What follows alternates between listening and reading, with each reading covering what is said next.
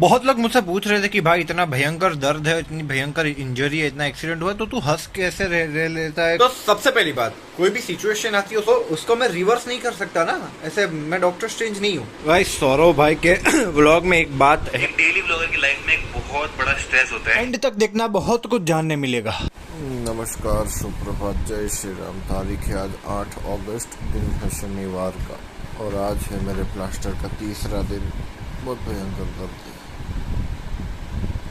Just अभी उठा हूँ, इसलिए आवाज़ भारी है। ये चल रहा है मेरा protein time while watching with भाई सौरव भाई के व्लॉग में एक बात है जो मैं आप सबको बताना चाहूँगा। देखो बहुत बढ़िया बोले वो। एक डेली व्लॉगर की लाइफ में एक बहुत बड़ा स्ट्रेस होता है कि भाई रोज ऐसी क्या वीडियो बनाएं, क्या अलग करें कि लोग बोर ना हो, क्योंकि भाई इतने सालों से रोज कर रहे हैं, रोज। अब रोज सेम चीज तो दिखा नहीं सकते। तो कुछ नया करने के चक्कर में ये लो, मिल गया कंटेंट, द प्लास्टर। भाई साहब खाने में आज फ्रेंकी है यार, गजब। मेरा आधा दर्द तो ऐसे ही कम होगा ये सब अच्छा खाना देख के। कुछ क्रिएटिविटी ट्राई कर लेते हैं। 20 ये तो उठ भी नहीं सकता। और अभी मिल रहा है हमसे जेठा भाई। जेठा भाई कुछ बोलना चाहोगे? क्या हालत कर दी है आपने अपनी। दिखता नहीं है क्या? तो जस्ट अभी डिनर समाप्त किया।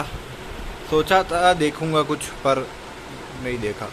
ये रोहित भाई का खतरों के खिलाड़ी चल रहा सी। रात का डिनर हो गया है, मैं आ चुका हूँ रूम में। पेन द दर्द द पीड़ा तो है, पर देखो मेरी कलाकारी। ये देखो, ये मैंने अपना दिल बना दिया, ये मैंने अपनी आँख बना दी। ये तो कब का करके रखा है। और ये कारण द रीजन जाने दो।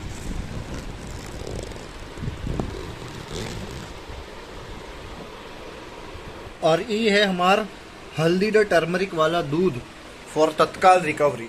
बहुत लोग मुझसे पूछ रहे थे कि भाई इतना भयंकर दर्द है, इतनी भयंकर इंजरी है, इतना एक्सीडेंट हुआ तो तू हंस कैसे रह लेता है, खुश इतना कैसे रह लेता है, मजाक कैसे कर लेता। तो मैं सिंपल बताता हूँ एक लॉजिक, ध्यान से सुनना, बहुत इंपॉर्टेंट है। तो सबसे पहली बात, कोई भी सिचुएशन आती है उसको फेस कैसे किया जाता है, चाहे कितना भी भयंकर दर्द क्यों ना हो। देखो पहली बात, कोई एक सिचुएशन आई, ठीक है। अब वो सिचुएशन के होते हैं दो आउटकम, या तो वो सिचुएशन फेस करनी कंपलसरी है और या तो वो सिचुएशन फेस करनी ऑप्शनल है। 99% केसेस में सिचुएशन फेस करना कंपलसरी होता है। जो 1% ऑप्शनल होता है, दूसरे जो ऑप्शन है अप्लाई करो। अप टू ना द कंपलसरी सिचुएशन फेस में, फॉर एन एग्जांपल मेरा एक्सीडेंट हुआ है, ठीक है, अब हो गया, मैं उसको बदल नहीं सकता हूँ। अब मेरा लिगामेंट फट गया, मेरा मेनिस्कस, जो दो इंपॉर्टेंट चीज घुटने की वो फट गई है, और भी बहुत कुछ फट गया, तो उसको मैं रिवर्स नहीं कर सकता ना, ऐसे मैं डॉक्टर स्ट्रेंज नहीं हूँ। तो अब है कि मैं इसको आगे क्या फेस करूँगा। तो कंपलसरी सिचुएशन है, वो है मेरे सामने। अब कंपलसरी सिचुएशन फेस करने के लिए दो ऑप्शन होते हैं। पहला ऑप्शन होता है कि तुम रोते रहो, उदास हो जाओ, टेंशन लो, फालतू बातें दिमाग में लाओ, वो स्ट्रेसफुल। दूसरा होता है खुश होके सिचुएशन फेस करो। अब कैसा है कि चाहे तुम खुश रहो या दुखी रहो, हंसो या रो, सिचुएशन तो फेस करनी है, क्योंकि वो कंपलसरी आउटकम के अंडर आती है। लेकिन अगर मैं उदास रहूंगा या कोई भी उदास रह के सिचुएशन फेस करेगा तो क्या होगा मैं बताता हूँ। जब इंसान बहुत ज़्यादा स्ट्रेस लेता है ना, तो कॉर्टिसोल्स बहुत रिलीज होते हैं, एड्रेनलिन हाई हो जाता है। अब उसके कारण क्या होता है, बॉडी में एक तो ऑक्सीजन का फ्लो कम हो जाता है, दूसरा जो ब्लड सर्कुलेशन है वो स्लो हो जाता है। अब ब्लड सर्कुलेशन स्लो हुआ है तो मेरा जहाँ पे रिकवरी चाहिए वहाँ पे ब्लड फ्लो कम हो जाएगा। एंड एवरीवन नोज, जो इंटरनल टिश्यू इंजरी होती है उसमें blood flow, WBC, enough RBC, stem cells, platelets, ये सबका फ्लो होना बहुत ज़रूरी है, क्योंकि स्टेम सेल्स ही होते हैं जो इंटरनल टिश्यूज़ को रिकवर करते हैं।